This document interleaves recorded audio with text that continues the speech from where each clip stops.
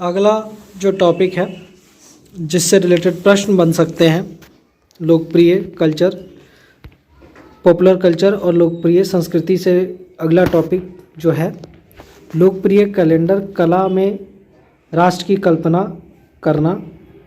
इसके अलावा देखा जाए तो इसमें किस तरीके के प्रश्न बनते हैं, तो आप देख सकते हैं भारत माता और भारत के मानचित्र कला में कैलेंडर, स्वतंत्रता के बाद कैलेंडर कला, इससे रिलेटेड प्रश्न बन जाता है।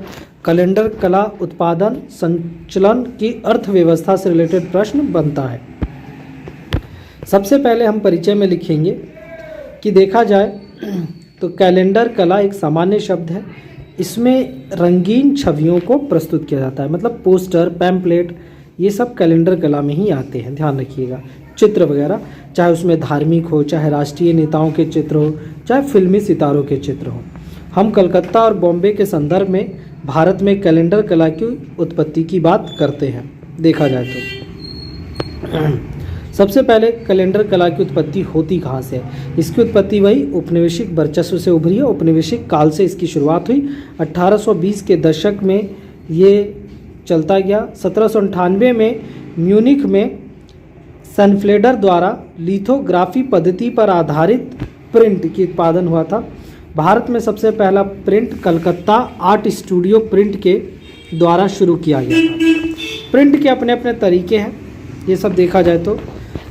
कैलेंडर कला में सुधार आंदोलन की शुरुआत हुई। देखा जाए तो 19वीं शताब्दी में आंदोलनों में कलकत्ता आर्ट स्टूडियो लिथोग्राफ में स्पष्ट रूप से इस बात को दिखाया गया कि किस तरह से हिंदू धर्म से रिलेटेड कैलेंडर और छवियों को पेश किया गया। ईसाई मिशनरियों ने भी अपनी शिक्षा के प्रसार के लिए कैलेंडर कला का प्रयोग किया है। पुनर्जन्म भारत के लिए, बाद में एक पुनर्जन्म भारत के लिए गांधी की छवियों को भी पेश किया गया है कैलेंडर के जरिए। देखा जाए तो साम्राज्यवाद उपनिवेशिक काल में इसका विकास हुआ है। हिंदू धर्म में अगर आप बात करेंगे तो कलकत्ता कला स्टूडियो ने चैतन्य संकीर्तन, राजा हरिश्चंद्र, राम के वनवास, सीता के वनवास जैसे पवित्र हिंदू धार्मिक प्रतीकों को छापा था चित्र के रूप में। इसीलिए प्रिंटों ने प्रतीक का स्थान ले लिया। नई शक्तिशाली हिंदू धर्म का प्रतिनिधित्व करने के लिए नए तौर पे क्रोमोलिथियोग्राफर और रूढ़िवादी परंपराओं को देखने का प्रयास किया जा सकता है। इसके अलावा देखिए तो चैतन्य लीला नाटक का दौर जब शुरू हुआ तो उसमें भी क्रोमोलिथोग्राफ द्वारा भी प्रिंट बनाए गए थे। क्रोमोलिथोग्राफ एक प्रकार से प्रिंट है, ध्यान रखिएगा, प्रिंट का तरीका। रामकृष्ण ने रामायण महाभारत के भक्ति विषयों को छवियों और प्रिंट के जरिए पेश करने का प्रयास किया है कैलेंडर के जरिए। कलकत्ता कला में राष्ट्रवादी और बंकिम चंद्र चटर्जी और सुरेंद्र बनर्जी की नरमपंथी छवियों को भी उजागर किया गया। ये सब चीज़ें रही हैं कैलेंडर कला से जुड़ी हुई, आप देखेंगे। शिवाजी के तिलक का वाहन, शिवाजी को देवी भवानी की तलवार प्राप्त करने की छवि भी चित्रों में दिखाई गई है। प्रिंट के जरिए संदेश देने का कोशिश किया गया है।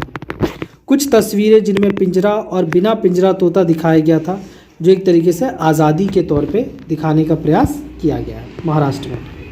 तो ये सब चल, और सबसे फेमस कैलेंडर या चित्र जो रहे राजा रवि वर्मा के मानते। राजा रवि वर्मा को भारत में लोकप्रिय कैलेंडर का जनक माना जाता है। पूर्व में कलकत्ता आर्ट स्टूडियो के साथ जब वो जुड़े थे तो उन्होंने प्रिंटिंग हाउस, खुद का अपना प्रिंटिंग हाउस भी खोला था, जिसमें वो खुद के हाथ से बनी हुई चित्रों को प्रिंट करके बाजार में लेकर आए, जो कि उनकी शुरुआत थी।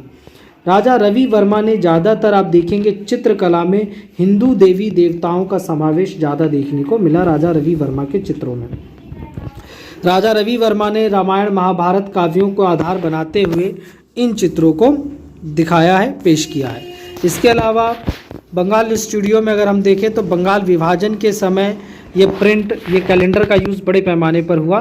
भारतीय राष्ट्रीय कांग्रेस का विभाजन, 1907 में क्रांतिकारी गतिविधियाँ, तिलक का गिरफ्तार होना, ये सब राजा रवि वर्मा के प्रिंटों में छपने लगे और दिखे हमें आने वाले वक्त में। इसके अलावा राजा रवि वर्मा के प्रिंटों में आप लक्ष्मी, सीता का वनवास, काली, सीता भूप्रवेशन, द्रौपदी के स्ट्रिपिंग, कीचकवध जैसी देवताओं की छवियां भी दिखाई गई हैं। देखा जाए तो एक तरीके से 19वीं और 20वीं शताब्दी की कल्पनाओं को उड़ान देने का काम राजा रवि वर्मा कैलेंडर में देखने को मिलता है।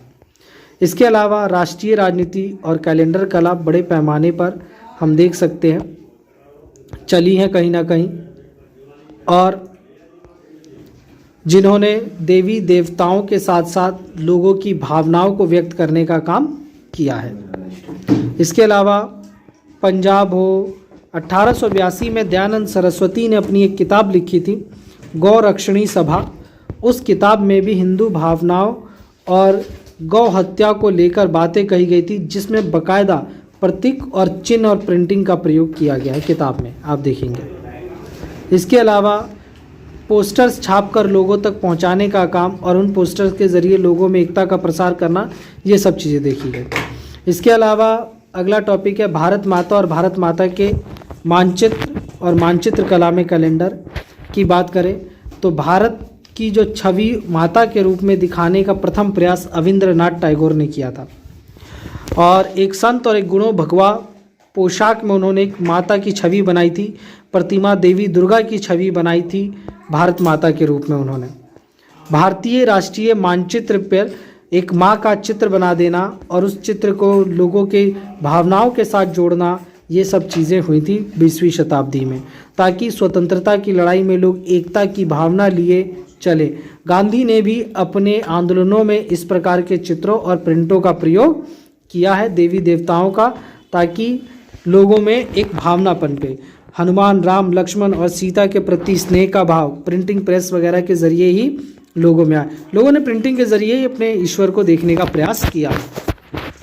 आज़ादी के बाद भारत पाकिस्तान युद्ध का संघर्ष हो, बांग्लादेश के मुक्ति का हो, चीन के साथ युद्ध हो, 1965 का भारत पाक युद्ध हो, इन सब में प्रिंटिंग का प्रयोग जोर शोर से भारत सरकार द्वारा किया गया। और वर्तमान समय में 1990 के बाद से जो प्रिंटिंग प्रेस चल रहे हैं, इसमें ध्वज का प्रिंटिंग, कागजी प्रिंटिंग, फूल, थाली और प्राकृतिक दृश्यों का चित्र, महिलाओं के जीवन शैली का चित्र, ये सब आप बड़े पैमाने पर देख सकते हैं।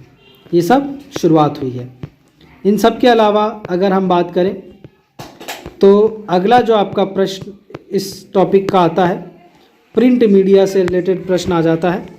प्रिंट मीडिया, अमर चित्र कथा। देखिए प्रिंट मीडिया क्या है? अखबार जो छप कर लोगों के बीच में आता है। इसमें सिंपल है, प्रिंट मीडिया से रिलेटेड प्रश्न बनेगा, या अमर चित्र कथा की उत्पत्ति किस प्रकार हुई, अमर चित्र कथा के सकारात्मक नकारात्मक पहलुओं से रिलेटेड प्रश्न पूछ लेता है। तो ध्यान रखिए, तो इसमें सबसे पहले आप परिचय में लिखेंगे 1970 के दशक में लोकप्रिय संस्कृति का एक महत्वपूर्ण हिस्सा अगर कोई बना तो वो अमर चित्र कथा था, यानी मनोरम तरीके से हिंदू पौराणिक कथाओं को चित्रों के जरिए, किताबों के जरिए लोगों तक पहुंचाना, पुस्तकों में चित्र और कहानी दोनों का समावेश करके पाठकों तक पहुंचाना ही अमर चित्र के नाम से जाना गया। स्थानीय भाषा में बच्चों को ये सब चीज़ें पढ़ाना, उन तक दृश्यों को फैलाना, ये सब चीज़ें हुई हैं। इसके अलावा टाइम्स ऑफ इंडिया में एक युवा कार्यकारी के रूप में अनंत पई नामक व्यक्ति थे। उन्होंने दूरदर्शन पर एक टीवी प्रश्नोत्तरी कार्यक्रम में भारतीय बच्चे हिंदू महाकाव्य रामायण पर सरल प्रश्नों का उत्तर देने में असमर्थ थे, तो उन्हें लगा कि ये बहुत गलत चीज़ है। तो उन्होंने पौराणिक कथाओं को, विरासत को सहेजने के लिए इंडिया बुक हाउस नामक पब्लिकेशन खोला और उसमें उन्होंने हाथ से किताबें छापकर, धार्मिक बातें उसमें लिखकर, चित्रों के साथ लोगों के घरेलू जीवन तक पहुंचाने का प्रयास किया। इसी को अमर चित्र के नाम से जाना गया। इसमें फिक्शन शैली है, महर्षि वेद व्यास द्वारा कही गई बातें या वाल्मीकि द्वारा रामायण में कही गई बातों को चित्रों के जरिए, पौराणिक कथाओं के जरिए पहुंचाई गई। इसमें बाद में राणा प्रताप, मीराबाई, अशोक, राणा संगा की हस्तशिल्प, उनके चित्र बनाने का प्रयास, स्वतंत्रता सेनानियों का, लाल बहादुर शास्त्री, अंबेडकर, वर्गीज कुरियन जैसे महान उद्योगपतियों की श्रद्धांजलि में भी अमर चित्र ने नाटक किताबों के ज़रिए लोगों तक पहुंचाए, मतलब बचपन और फिर बाद में बच्चों के लिए कॉमिक्स किताबें छापना और उन कॉमिक्स किताबों में कार्टून्स के माध्यम से लोगों तक इन चीज़ों को पहुंचाना अपने आप में एक बड़ी बात रही। मिडल और उच्च वर्ग के लोगों का जीवन का ये हिस्सा बना अमर चित्रकथा। अमर चित्रकथा ने लोगों में भारत को जानने, भारत को संक्षेप में पढ़ने के ऊपर काफ़ी जोर दिया देखा जाए तो ये सब चीज़ें रही हैं। और इसमें एक और प्रश्न बनता है आपका सिनेमा से रिलेटेड। तो एक लोकप्रिय फिल्म के रूप में देखिए, सिनेमा का उदय तो हम जानते हैं, सिनेमा घरेलू जीवन का आज अभिन्न अंग है। परिचय में तो आप लिख सकते हैं सिनेमा से रिलेटेड कि सिनेमा किस तरीके से भारतीय संस्कृति को प्रदर्शित करता है। एक लोकप्रिय फिल्म को परिभाषित करना अगर प्रश्न आता है तो ध्यान रखिए कि जो भी फिल्में आपने देखी हैं अब तक उनमें से किसी भी एक लोकप्रिय फिल्म को आप यहाँ पे प्रदर्शित कर सकते हैं, उसकी कहानी बता सकते हैं। हालांकि इन सिनेमाओं ने लोगों को जोड़ा तोड़ा, घरों को भी जोड़ा तोड़ा, कहीं ना कहीं बहुत चीज़ें। हिंदी फिल्मों में आदर्श परिवार की भी कल्पना आप देख सकते हैं, जैसे बहुत सारे फिल्म ऐसे रहे जिन्होंने परिवार के ऊपर बातें कही हैं, परिवार को जोड़ने का काम किया है। धनी उद्योगपति का दिखाना, देवी देवताओं से रिलेटेड फिल्में बनना, इन फिल्मों ने पोशाक, रहन सहन, खान पान, कामुक संभावनाओं को भी बढ़ावा दिया पर्दे पर, प्रेम वगैरह को भी जिस तरीके से दिखाया गया, ये लोगों के जीवन का अभिन्न हिस्सा बनते चले गए हैं। जैसे अगर हम बात करें तो रामायण का लेटमोटिव, जैसे रामायण महाभारत को फिल्मों के ज़रिए पेश किया गया, वो अपने आप में अनूठा रहा धारावाहिकों के रूप में सिनेमा पे। ज़्यादातर माना गया कि ये मर्दों से रिलेटेड ज़्यादा फिल्में बनी हैं, जिसमें शाहरुख खान की फिल्में हो या फिर अभिनेता को ही ज़्यादातर डोमिनेट किया गया है सिनेमा में, आप देखेंगे।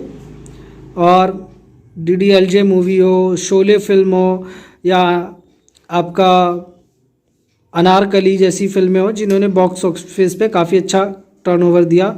फिल्में एक तरीके से लोगों के जीवन का एक अभिन्न हिस्सा बन गई और इस तरीके से हम देख सकते हैं कि इन्होंने भारतीय संस्कृति को किस हद तक बदला है।